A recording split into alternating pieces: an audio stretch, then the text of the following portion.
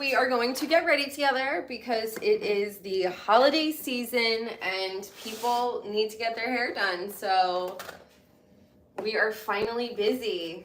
Shout out to all of my small business owners who started their business in 2020 like a wild person, and we're still fucking here. Nope, we don't have Sutton's $300,000 a month to keep our store open, which LOL. When the producer was like, so have you used any of your spousal support to keep the store open? And she was like, of course I did. Of course I did. Nope. Just keeping Elm Hair Studio open on a wing and a prayer. You know, this, I'm like creating a trail here. Have you noticed? This was originally in my studio and I got it like 3 years ago. It has now grown into a baby tree. So she had to come home. Ooh, you know what I'm gonna use today to get ready? And also, like, this is my fit, you guys. Can you see? Hold on.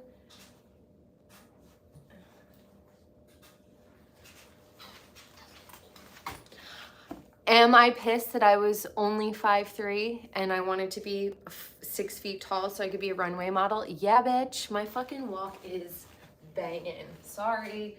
Like, if only I was 5'9". That's how you know life isn't fair.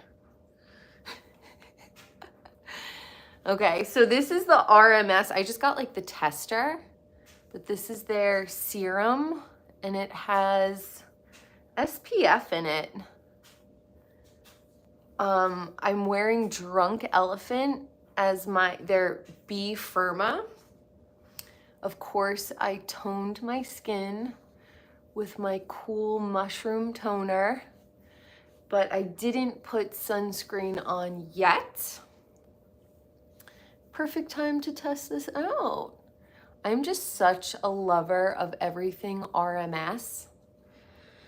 I used to use the Ilia skin tint, and then for some reason,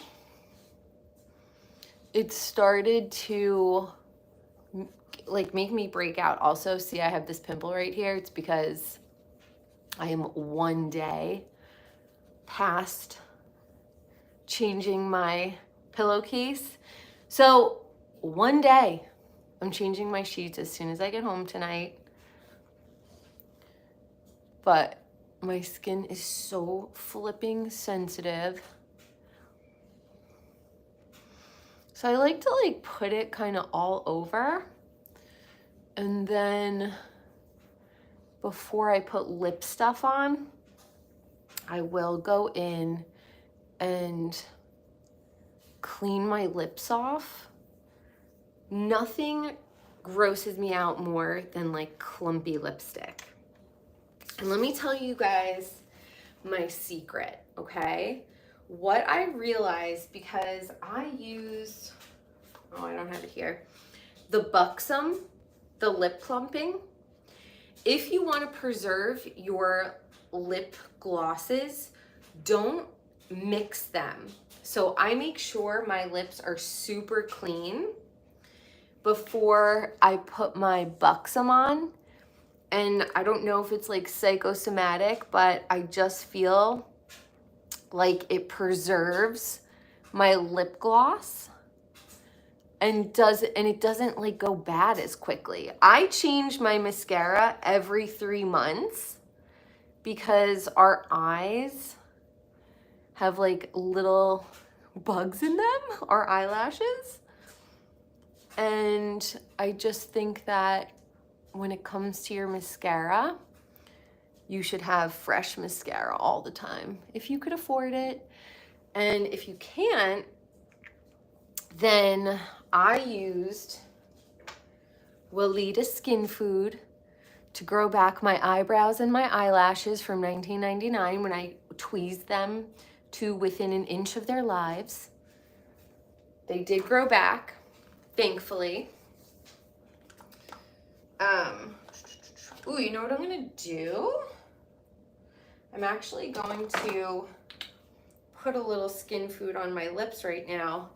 That way, when I clean them off, they'll have a nice little layer of moisture. I've been so bad with drinking water lately. I don't know why. I like water. But yeah, I've just been kind of like in a little bit of a rebellious phase where I'm like, meh, I don't even want to drink the water. Should I put my Christmas tree on? I will say, I think that when it comes to our electricity bills, I think it's our TVs that cost the most, because the months that I'm super busy and not in the house often, my bill is not that high, and I'm not running my heat either because I'll put a fucking extra sweater on. But when I put the TV on, I notice that my bill is so much higher. And how rude is that? So, I don't know. I told my friend how much my bill was in the summer, and she was like, dude, that is insane. I was like, I know. I don't know what to do. Okay, we gotta fill in these brows. I am a natural, like I like natural makeup. You could tell that this is the one I use the most. I also love this reddish one, and sometimes I mix this tanny one in with this to give my brows some depth.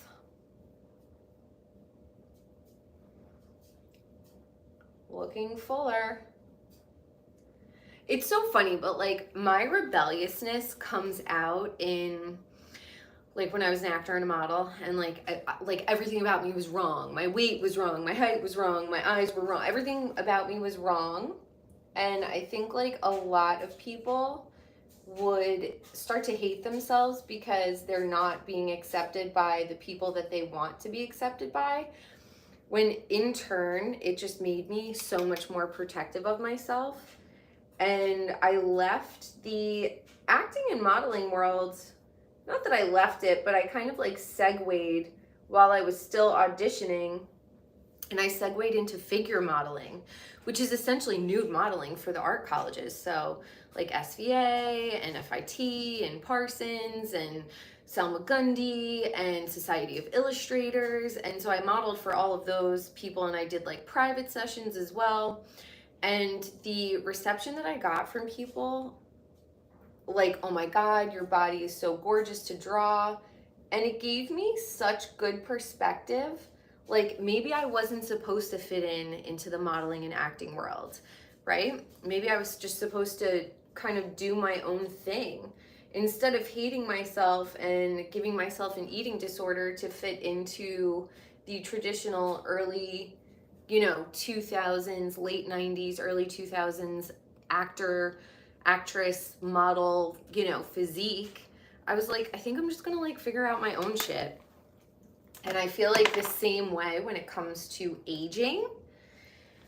Like, unfortunately, it sucks. Nobody wants to age, but there is a way that we could do it that isn't going to be so like horrifically traumatic. And I really think it has to do with health, exercise, and good mental health. And not everybody is surrounded by their perfect community, and that's fine. Just become your own perfect community. Sometimes it's just so funny. The way some people look at life is so black and white, and the way I look at life is like, where is the magic? Where is the lesson in the tragedy? Where is the silver lining? What is the formula to life? Like, I had a lot of shit go on when I was younger, and I lost my ovary when I was 14, and so I have a scar on my stomach, and like, this is the masculine side. So for me, I really do philosophize every single thing in my life when it comes to illness, when it comes to tragedy, when it comes to separation. Like, I know so much that unfortunately I have to be the one in my family to, break some generational curses while other people in my family just get to skate by and have it easy. And I philosophize that. And I think that there's a lot of kind of like disappointment elimination when you philosophize your life. So I could sit and be miserable and depressed and self-destructive when it comes to me being separated from my family and not having a mother and a father, which is exactly what the dark side of this world wants me to do. And I'm like, you motherfuckers come for me so hard. You must know that there is a light that never goes out, and I'm that fucking light. And you come for me so hard every turn. The harder they come for you, the more you should root yourself in health, mental wellness, and keeping yourself safe and protected. I got this book. Someone sent me this book. It's in my planter because my cats like to go in my planter. It's like avoidant attachment style. So I was reading through it. I'm like, yes, I know all this. Yes, I know all this. And what I deduced from this book and how I react to society is, like, have you not ever watched a true crime documentary? I have to be protective of myself. I cannot just be friends with anyone. I have to be street smart. And I'm actually not an avoidant attachment person. I'm a protect myself attachment person. So this is great if you're struggling to find out, your issues. But I've been in fucking therapy since I was 13. No, I'm sorry, 15. And I've been to therapists my whole life. And then I also did the esoteric spiritual bullshit healing. The yoga and the sound healing and the sound baths and the past life regressions. I get it. My mission in my life and in my family, I gotta be the black sheep. I gotta be the one who does it different. And, is it easy? No, it's not fucking easy. But apparently my soul thought I could handle it. And so here I am, commenting on pop culture, doing hair, loving astrology and tarot and the esoteric. And yeah, I also go to church. So try to put me in a fucking box. You can't. And it pisses people off. So if you're the person in your town or your family or whatever, and people just like can't put you in a fucking box, it is going to piss them off. And it is going to trigger them. And then if you're talented, people are also going to try to cozy up to you and be your friend to try to steal your fucking ideas. So you got to be careful there. So there's just like there's so much more to life than like a book title. You're probably avoidant because that's how you survive. And I don't know if you've been out in this world, but I'd rather fucking avoid than end up in the wrong car, end up in the wrong restaurant. No, I'd rather just do my own fucking thing and live my life safely. I don't like a lot of variables. That's another reason why I didn't have kids. I was like, if I have kids, let's say I'm in the fucking hospital and the nurse, I remind her of somebody that her high school boyfriend cheated on her with, and she slips with my epidural, and now, we're all not the same. So I just that is how I live my life, because those are the fucking experiences that I've had, from teachers to principals to other parents at the schools. It's like they came for me so fucking hard. But that is also another reason why I don't have children. God forbid something happens to me, and who is my kid going to live with? They're going to make my kid feel like poor little Harry Potter, and they're going to put them under the stairs, and I'm going to be trapped in the spirit world and not be able to come and protect them. So yeah, that is life. You do have to look at the weird variables, you know, unknown. Keep yourself safe. I would rather be safe than be accepted by the group. I think about when I went to Maine, when I think I was 24 or 25. I had just met my ex-husband, and we went to Maine. I'm sorry, first we went to Boston, and we stayed on a yacht, which was wild, and I still got seasick. So I was like, I just don't like boats. It could be a yacht, and I just don't like the boat. The plan was for all of us to go from Brooklyn to Boston, which we did, stay on the boat for a night or two, I think just one night, and then we were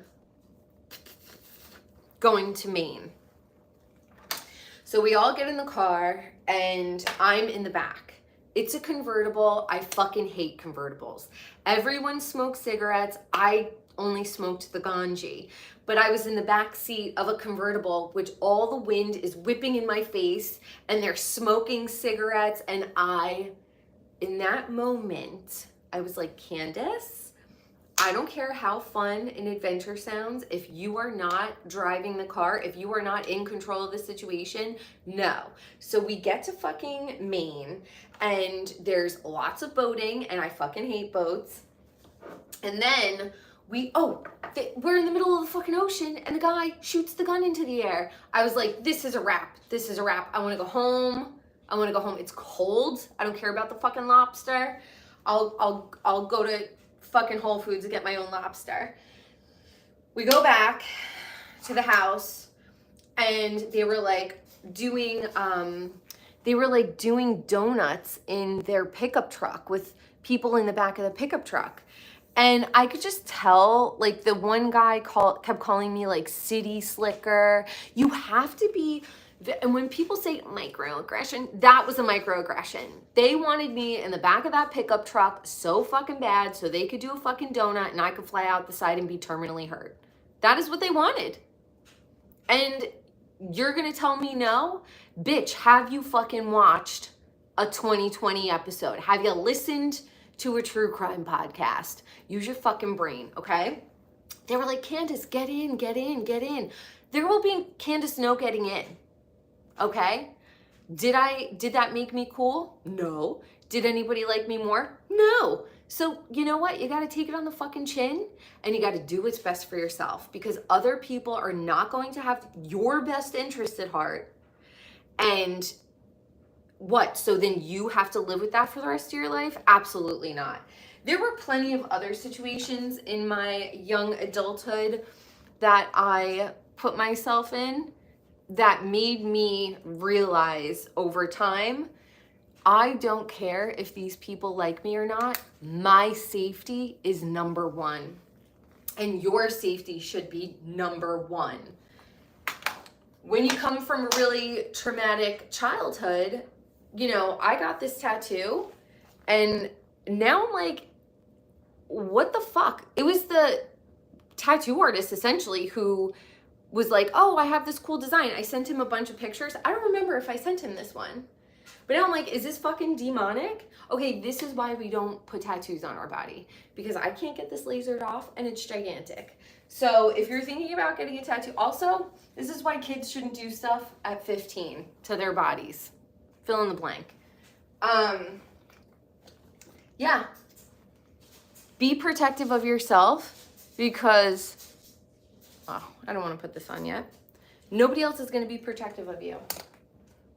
And there are people out there who will who will be nice to your face, but then will do it to just fuck you over in the end. So be avoidant.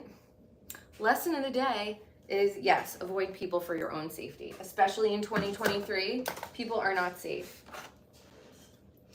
Especially if you don't live around family that you trust or have friends that you trust. Even then, when I look at the Idaho case, I'm like, 4 innocent lives destroyed. And they were just going out, having a good time. They had their whole entire lives ahead of them. And some psychopath ended their lives in the most horrific way.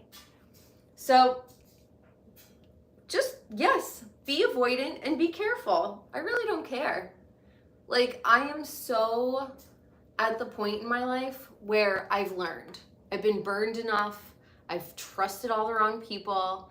And now I'm just going to keep it to myself. And so should you. If you're a woman, your safety needs to be number one in your life, okay? It should absolutely be number one. And yeah, I'm an old school eyelash curling girl. And I just wear my Tarte Gifted mascara that I've been wearing for like 10 years. It doesn't flake. If you put it on your lower lashes and you're sweaty or oily, of course it's gonna smudge, duh. And then, oh, I'm so hungry. I have to eat before I go. But that's my stance in 2023. You have to philosophize your life, and everything is absolutely connected. So whether it be illness or prosperity or hardship or whatever, all of that stuff, yeah, it is a lesson. It is connected. When I lost my ovary, I was super, super young. I was only 14. And I had 2 gigantic cysts on my ovary, which caused it to collapse and like was a contusion because my my fallopian tube like twisted and everything fell into like my bladder essentially, right? And it was very, very painful. But when I asked the doctor, I said, what would cause something like this in a 14-year-old? Like what is this from? What did I do wrong? And you know what he said to me? Stress. And you know what? I was so stressed out. Like the most stressed out. I felt so hopeless at that time in my life. I didn't see like any way out. I was told every day of my life, you'll never be able to make it on your own. You're never going to be able to make it on your own. And when you're a little kid and that's all you've ever heard your entire life, you're just like embroiled in so much abuse, you start to like doubt yourself. Like, can I fucking make it on my own? Plus, I will say that another way people, especially like fucked up parents, will attack one child is to educate one child less than the other. So my mother got a phone call from the school and they were like, your child is having like a really hard time reading. And she was like, oh my God, I had no idea that I had to teach her how to read. And then as soon as I learned how to read, I had like a 7th grade reading level in 2nd grade. But she knew that by messing with my education, she would then in turn mess with the whole rest of my life when it comes to confidence, when it comes to pursuing any sort of career. All I heard was, you're not going to want to do that. That takes too much work. You don't want to do that. When in reality, it was her projecting onto me her lack of discipline. Well, I've had 2 huge careers in my life, actor and hairstylist, and the attention to detail and the education and the dedication to the education and the going the extra mile for the education and the dragging the Zuka through Manhattan, Brooklyn, and Queens for my fucking education. Yeah. Okay, yeah. I have no problem with dedication. I'm 40 years old. Okay, you don't have fucking skin like this if you're not dedicated to your skin regime. It was her. It was them. So if you are the kid in the family that everybody shits on and they're fucking with your education and they're fucking with your time to sit and concentrate on your education, you have got to just be so quiet and you have got to get out of there and don't ever talk to them ever again. Because they will not ever change. People can only change if they want to change. And if they're treating you like that, they're enjoying it. So I just want everyone to take a deep breath. Thank you for joining me on my skincare routine for the morning. I am going to eat something. I'm starving. I'm probably going to have a smoothie and a everything bagel. And then I'm going to bring my lunch. But if you are the person in your family that people shit on, the devil comes the hardest for the brightest lights. The devil wants to extinguish the light in the world. That's why when people try to fucking talk to me about God doesn't exist and the devil doesn't exist, I'm like, do you have eyes? Do you not see? The devil will try to break the best person to put guilt into them, which creates self-loathing, which creates eternal darkness in the soul. So when I look at some of the advice my family has given me, I'm like, damn, B, you're trying to fucking ruin my soul. Well, now you got to be out of my life forever. And that's, again, be protective. Let's just flip to a page and see what this book will say. Okay. Embracing vulnerability. No. Do you believe you need to be strong all the time? What does strength mean to you? Safety. Strength means safety. And if you're a fucking woman in this world and you're just different, you have got to be concerned with your safety. So, love you guys. Have a great day. And I will see you tomorrow on The Daily Dish. Like, comment, share, subscribe, and I'll see you later. Bye.